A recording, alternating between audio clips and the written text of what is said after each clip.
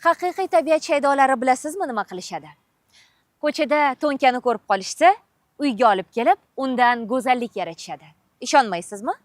Marhamat, unda o'zingiz ko'ring. Mazkur yog'och kashfi aslini olganda bu ko'rimsiz holatda bir ustun edi. Ma'lum bir qismi, ya'ni to'rdan 2 qismi chirigan holatda va yaroqsiz holatda bir chekkada yotar edi.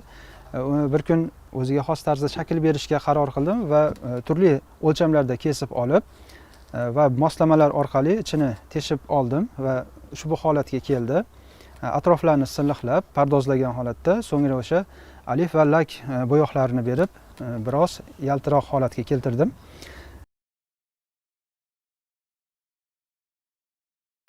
Assalomu alaykum aziz gul shaydolari, sizlar bilan Mansurxon Yo'lchiboyev va biz bugun sukkulent gullardan o'ziga xos tarzda ko'rinishga, qiyofaga ega bo'lgan kompozitsiya tayyorlaymiz. Biz hozir mo'jazgina asosan sukkulentlardan iborat issiqxonamizdamiz. Bu yerda sukkulentlarning 400 ga yaqin turlari mavjud hozirgi kunda. Biz ulardan ayrimlarini tanlagan holatda oldimda turgan ushbu yog'och kashpo tuvakka mos tushadiganlarini tanlaymiz va bugun sizlarga ushbu tuvagimizga chiroyli holatda kompozitsiya tayyorlash jarayonini birgalikda ko'rsatib o'tamiz. Ushbu yog'och kashpomizda sukkulentlar qancha muddat yashay oladi degan savol bo'lishi mumkin. Sukkulentlar asosan suvga talabchan emasligi bilan ajralib turadi, ya'ni o'zini bargida ko'p miqdorda suv saqlaydi va shu bois ham uzoq muddat suvsizlikka chiday oladi. E'tibor berish lozim bo'lgan jihati tagi teshik emas, teshik ochilmagan bu tuvagimizdan. Boisi ma'lum bir holatda purkash orqali suv beramiz gullarga va o'shani o'zi ularga yetarli darajada bo'ladi va uzoq muddat sukkulentlar bunda yashnab o'sa oladi. Demak, dastlab biz ushbu ko'rinishdagi, dizayndagi yog'och kashpoyimizga qaysi gullar to'g'ri keladi? Hozir esa sizlar bilan birgalikda bog'imizdagi gullardan tanlab olamiz va so'ngra ishimizni davom ettiramiz. Demak, biz kristovnik rolli gullarimiz bor, sukkulent gullar. Bu ham o'ziga xos tarzda kompozitsiyani ochadi. Ikki xil ko'rinishdagisi bor. Biroz uzunchoqroq bo'lgan, marvarid shaklini beradi va dumaloqroq shakldagisi bor. Har ikkisidan ham foydalanishga harakat qilamiz. Bu gullarimiz ham u qadar injiq bo'lmagan gullardan hisoblanadi. E'tibor berayotgan bo'lsangiz, bularni shunchaki uzib olyapman. Tuproqqa mana shu bandi tegib qolsa, hisob tomir ortib ketadi va yana e'tibor berilsa, har 5-10 santimetrlarda o'zi tomir chiqargan bo'ladi. Mana shu joyi tuproqqa tegib qolsa, ko'karish ehtimoli katta bo'ladi. Bu yerlarimizda ham mana bu exiveriya gulimizni olamiz. Mana tomirlar ortib turibdi. Xo'p, bu yoqdan yana bizga kerak bo'ladigan gullarimiz. Bu ham o'ziga xos chiroyli, tomir ortishni boshlagan. Xo'p, mana bu gullarimizdan qirqib olamiz.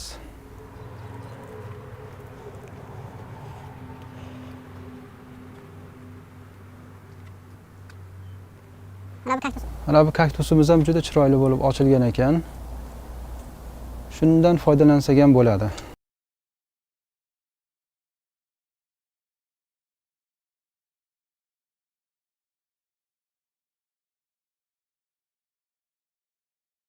Tomirlari ancha qalinlashib ketgan.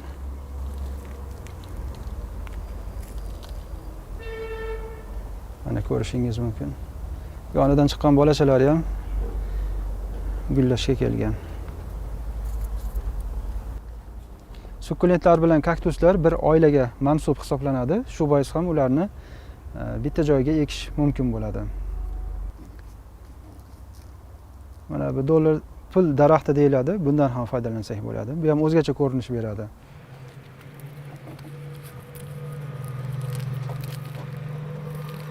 Bu gulimiz ham o'ziga xos. Mana hammasi chiroyli tomir ortib turibdi bular. Mana bu gulimizni ham ishlatsak bo'ladi.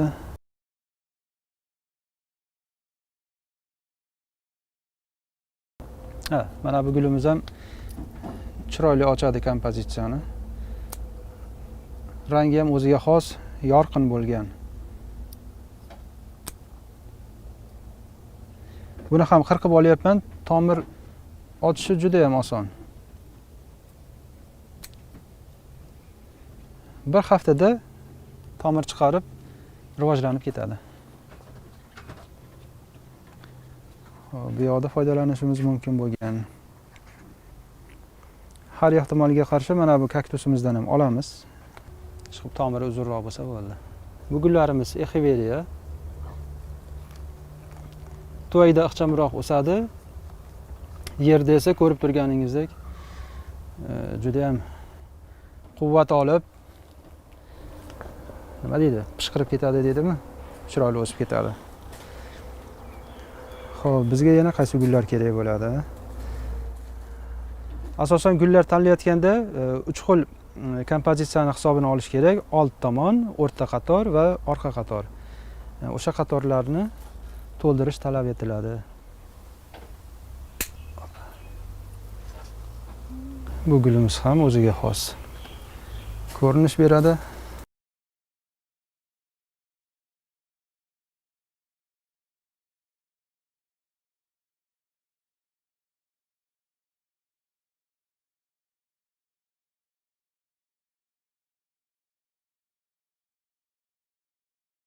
Shunaqa ajaplanishingiz mumkin. Deyarli ko'pini qirqib olyapman.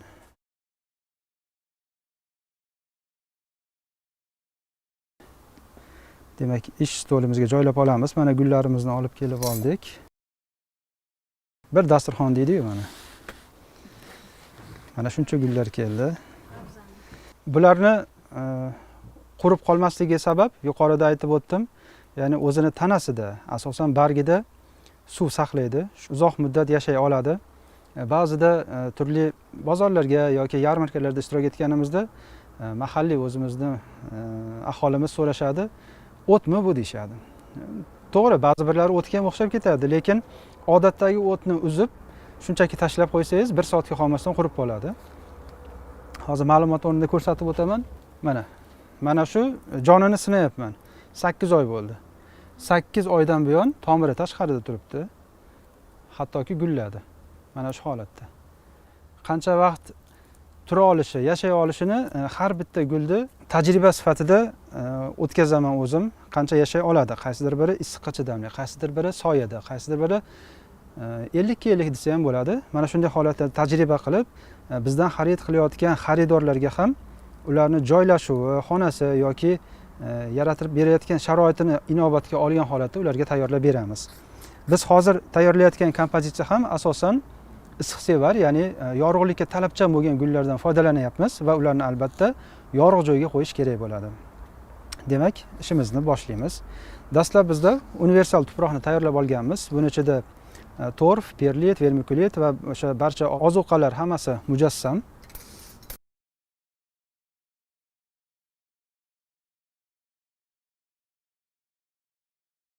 Odatda sukkulentlar uchun u qadar chuqur bo'lgan idishlar tavsiya etilmaydi. Boisi ularni ildizlari popuk ildiz hisoblanadi va chuqur joylashmaydi. Yuza qismida bemalol yaxshi ildiz otadi va rivojlana oladi.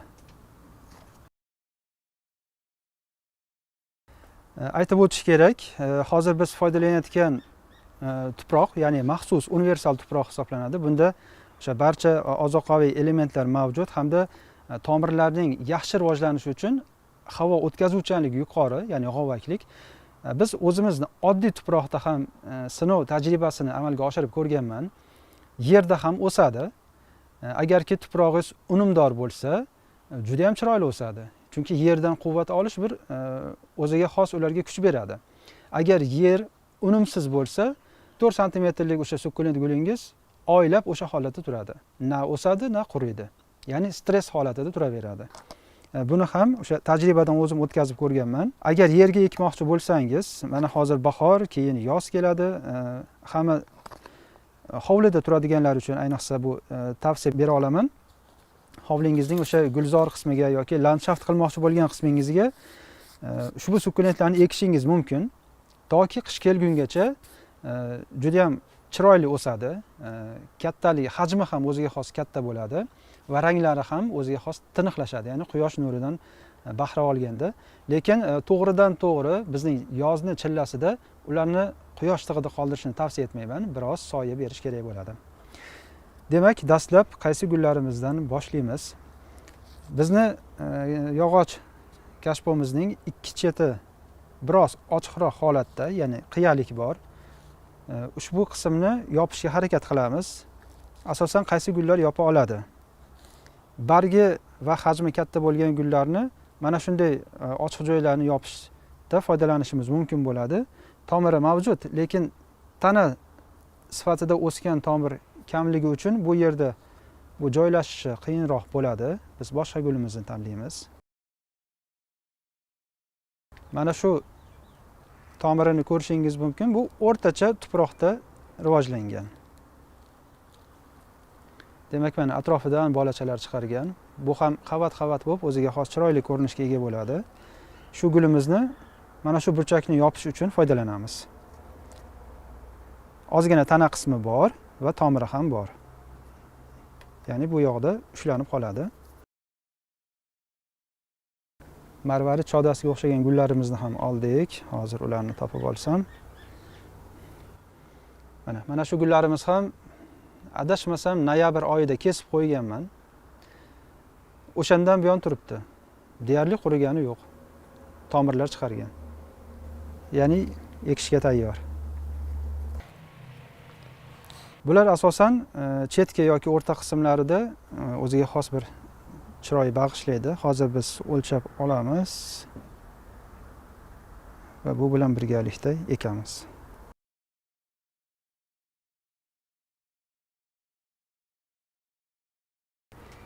Bu gulimiz 1,5 yil mana shu holatga kelgan, 1,5 yil bo'lgan holatiga.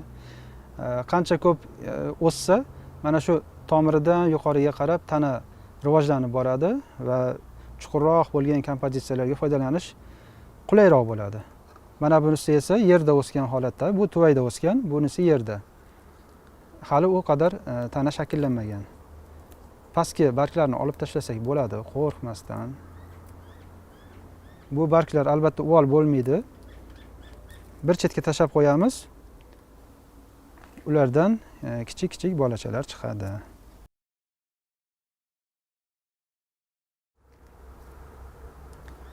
Bu gulimiz ham o'ziga xos ko'rinishga ega.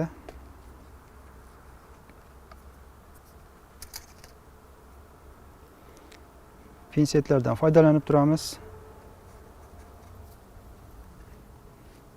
Demak, kashbotuvagimizning old tomoni sizlarga ko'rinib turgan tomon hisoblanadi. Shu bois orqaga biroz bo'yi bor gullardan foydalanamiz.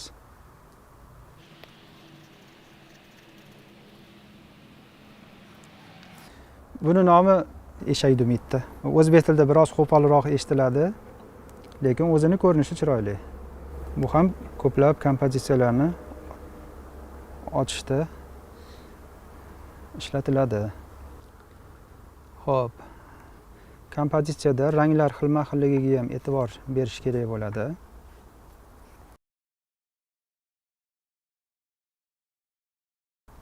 Bu gulimiz ham tomiri yo'q, kesib oldim, lekin u qadar injiq emas. Juda ham tez tomir ortadi va shoxlab chiroyli ko'rinishga keladi. Demak, orqa qismimizni yo'q, hozir to'sib qo'yar ekan bu.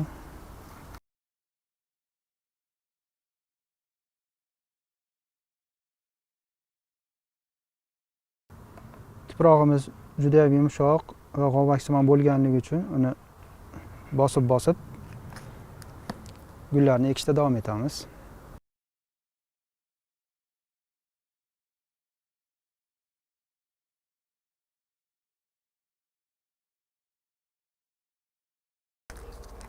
Tomirlarni qirqib tashlasak ham bo'ladi.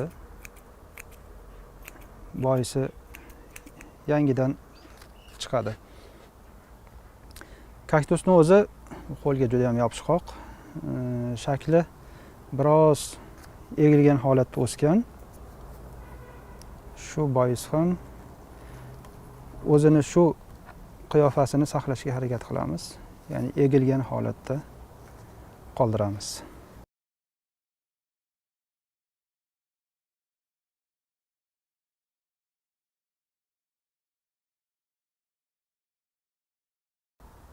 Bu gulimiz ham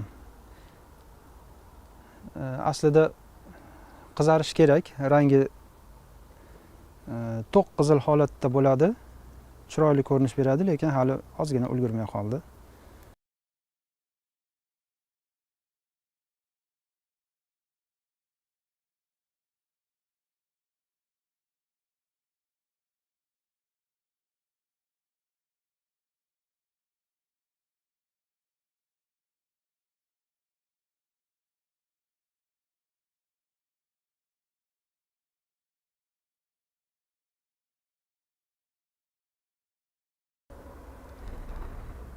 Bunday kompozitsiya gullarni bizni xalqimiz yaqin 3-4 yillarda yaxshi qabul qila boshladi. Avvallari biroz shular ham gulmi, o'tga o'xshaydi-ku, rangini xunukligini degan ta'na dashnomlarni eshitardik. Bir orada bu gullardan qaytish fikri ham paydo bo'lib qoldi, lekin biz to'xtamadik, harakat qildik. Ya'ni shularni yana ham chiroyli, o'ziga xosligini saqlagan holatda taqdim etishga harakat qilyapmiz. Hozir ko'z tegmasin, ancha yaxshi. Ko'pchilik tushunadi bu gullarni. O'zimning kasbim ijodiy jarayonga bog'liq u ham, ya'ni jurnalist bo'lib televideniyada faoliyat ko'rsataman. Bir necha yillardan buyon, aniqroq qilib aytganda bir 18 yilcha bo'lib qoldi. O'sha turli yillar davomida turli o'sha telekanallarda faoliyat olib borganman. Lekin gullarga bo'lgan qiziqish yoshlikdan. Men qayerda bo'lsam, har doim xonamda gullar bo'lgan. Hattoki harbiy xizmatda ham. O'sha 1 yillik harbiy xizmatda ham xonamni gullarga to'ldirganman. Albatta buni ijobiy qabul qilishgan. Undan keyin o'qish davrida ham savol bo'lishi mumkin, nega endi aynan sukkulent gullar? Boshqa gullar ham bor-ku. To'g'ri, avvallari boshqa xona gullarini ko'p o'stirganman. U gullar ham menga yoqadi, ko'rinishi o'zgacha. Lekin sukkulent gullarga bo'lgan qiziqish 2018-yillardan boshlangan. Ushbu issiqxonani tashkil qilganimizda boshqa gullar bor edi aslini olganda, lekin ular shakli va ko'rinishi katta bo'lganligi sababli ko'p joy egallardi. Keyin o'ylab qolganman, kamroq joydan ko'proq gullarni o'stirish mumkinligini sekin-asta o'rgana boshladim va sukkulentlarga duch keldim. Ko'rib turganingizdek, ular u qadar katta bo'lib ketmaydi. Kichik bo'lsa-da, o'ziga xos bir chiroyga ega. Shu boisdan ham 2019-yildan boshlab Toshkent shahri va respublikada kimda mana shunday gullar bo'lsa, yig'ishni boshladim, ya'ni kolleksiya qilishni boshladim. O'zim ko'rsatuvlar tayyorlaganim sababli o'sha ko'plab syomka joylarga borganda yoki aynan mana shunday gulchilik faoliyati bilan shug'ullanayotgan hamyurtlarimizni xonadonlariga borganimda ulardan bitta-ikkita bo'lsa ham olib kelib, xarid qilib, sekin-astalik bilan o'zimni ko'paytira boshladim. Siz ko'rib turgan mana shu yerdagi hamma gullar bitta guldan tarqagan, ya'ni ko'paygan. Hammasini bitta onasi bor.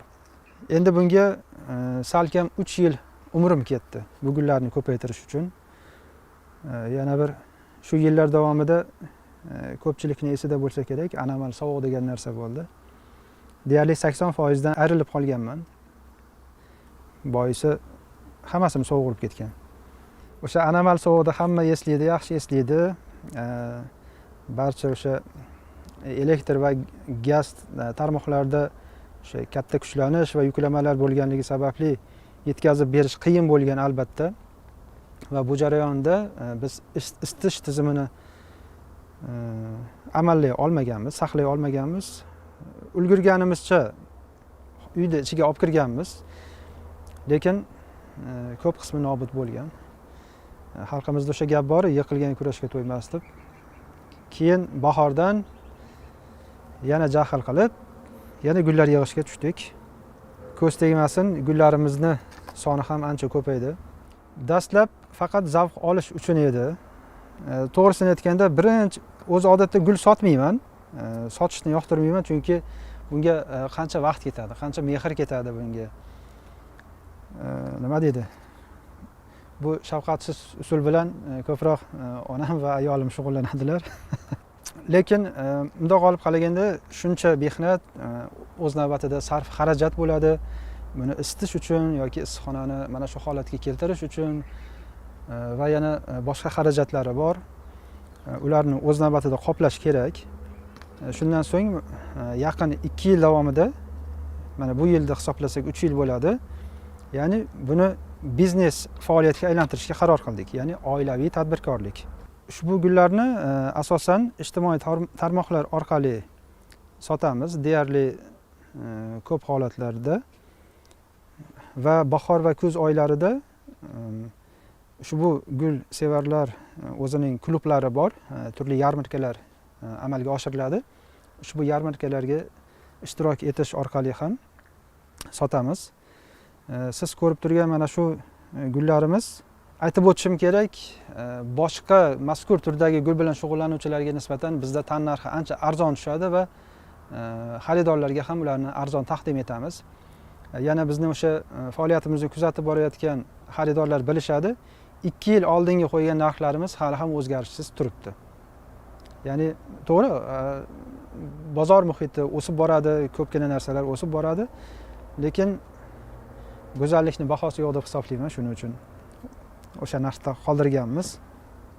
Narx belgilashda har bitta gulni hisobga olamiz, ya'ni donasini. Deylik, eng arzon gullarimiz 5000 so'mdan. Eng qimmatlari esa 80 ming, 100 ming so'mgacha bor. Ya'ni naviga qarab. Bizda uchrash yoki ko'p holatiga qarab gullarni baholaymiz. Ya'ni misol uchun mazkur kompozitsiyamizda nechta gul ishtirok etadi? O'rtacha hozir hisoblaganimizda ham 3, 4, 5, 6, 7, 8, 9, 10, 11, 12, 13, 14, 15, 16, 17, 18, 19, 20. Deylik, o'rtacha 20 ta. Bahosini ham o'rtacha 10 ming so'mdan deylik, eng minimal hisoblaganimizda 20 ta gulimizni o'zi 200 ming so'm narx chiqarib turibdi hozir. Mana shu kompozitsiyamiz uchun. Albatta, yog'ochga ishlov berish ko'pchilikka ma'lum, bu qo'l mehnati, o'ziga xos tarzda baribir alohida qadri ham, narxi ham bo'ladi. Deylik, ushbu kashfomizning tayyorlanishiga va shu holatga kelishigacha bo'lgan holatni 100 ming so'm deb baholaylik. 300 ming so'm bo'ldi. Endi mehnatimizga bir 15 ming, 20 ming so'm qo'shsak, shu 320 ming so'm mana shuni atrofida mana shu gulimiz tayyor bo'ladi. Menimcha u qadar qimmat emas, ya'ni ushbu gulni sevuvchilar, tushunadiganlar uchun turli bayramlar oldidan savdo o'ziga xos bo'ladi, yaxshi. Talab ham bir muncha ko'payadi. Ya'ni o'sha o'zlarini yaqinlarini tabriklash uchun. Bundan tashqari o'sha turli tug'ilgan kunlar yoki yaxshi kunlarda yana shunday mijozlarimiz bor. Ilmiy faoliyat bilan shug'ullanadigan yoki o'sha turli konferensiyalar yoki o'zaro ishchi xodimlariga yoki dugonalariga ham ushbu kompozitsiyalardan taqdim etishni lozim topishadi va mana shunday holatdagi kompozitsiyalarni tayyorlab beramiz. Bular 50 ming, 55 ming tan narxi tushadi va shu qiymatda sotamiz. Har qanday insonni menimcha xursand qila oladi ko'rinishidan ham. Asosiysi tabiiy gullar. Yana ko'pchilik savol beradi. Ko'pincha yaqinda ham aytib o'tishim kerak, o'sha bozor rastalariga olib chiqqanimizda deyarli 80-85% sun'iy gullar. O'shalarda qatorida buni ham sun'iy gullar qatorida qaramay o'tib ketganlar bo'lgan. Keyin qaytib kelib, bu tabiiymi degan savolni berib va o'zlari ko'zlari bilan, qo'llari bilan ushlab ko'rgandan so'ng qiziqishlari yanada ham ortgan. Agar mana bunday kalanqo'ylardan foydalansak ham bo'lardi o'rta qismiga. Lekin bularni gullash davri 1 oy, 1,5 oygacha mana shu gulni saqlab qoladi. Keyin esa, ya'ni gullarini olib tashlashga to'g'ri keladi. Aslida foydalansak ham bo'ladi. Lekin bugun biz faqat sukulentlarning o'zidan foydalandik. Ushbu kalanxo'ylardan iborat bo'lgan kompozitsiyalar ham o'ziga xos ko'rinishga ega. Mana shu ko'rishingiz mumkin. Ya'ni betondan yasalgan tuvak. Buni ham o'zimiz qo'limiz bilan qo'l mehnati asosida yasalgan.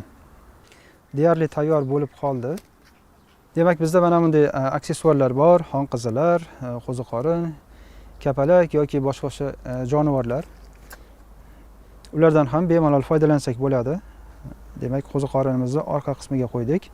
Bular ham kompozitsiyaga o'ziga xos bir ko'rinish beradi.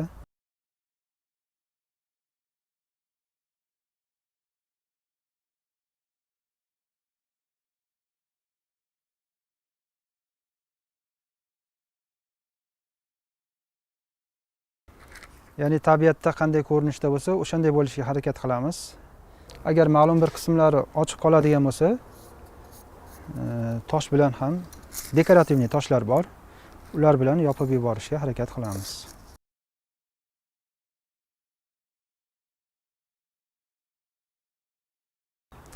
Mana bu qushchalarimiz ham bor, ya'ni qushlar inida polaponlarni ochib chiqishini kutmoqda. Ularni ham turli kompozitsiyalarga ishlatishimiz mumkin, o'ziga xos chiroyli. Buni ham qolipi bor, ya'ni o'zimiz tayyorlaymiz va farzandlarimiz qiziqib bularni o'zlari bo'yashadi. Shu bilan birga ular ham ish bilan band bo'lishadi, ham o'ziga xos bir hunarni egallab borishadi yoshlikdan. Kashpo tuvogimiz biroz kattaroq va uzunroq hajmda bo'lganligi uchun kapalaklardan ikkita joyda foydalansak bo'ladi. Demak, ularni qo'nib turishi uchun odatdagi kichik daraxtlarning shoxchalaridan foydalanamiz. Yana ko'rsatib o'tishim mumkin, mana oddiy o'zimizning bog'imizdan umrini yashagan yoki joyini o'zgartirmoqchi bo'lgan gilos va olma daraxtlarimizning tomiri, ularni ham tashlab yubormaganmiz. Kesib, o'sha chiroyli shakllarni olib, yuvib, tozalab, alif-lak berib, mana shu holatga kelgan. Bular ham o'zini vaqtini kutyapti hozir. O'ziga xos bir ilhom kelishini kutyapti. O'zi turli holatlarda kompozitsiya tayyorlashimiz mumkin bo'ladi. O'ylaymanki, chiroyli chiqadi bunda ham.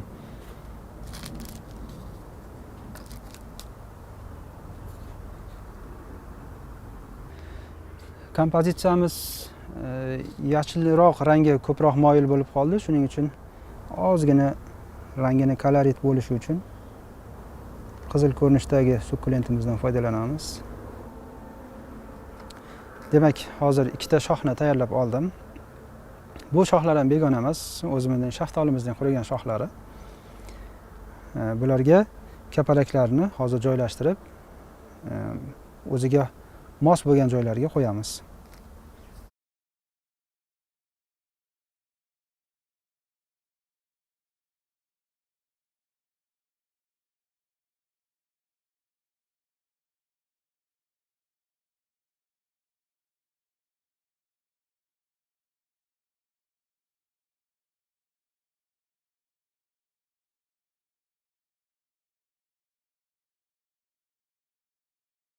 Deyarli tayyor kompozitsiyamiz.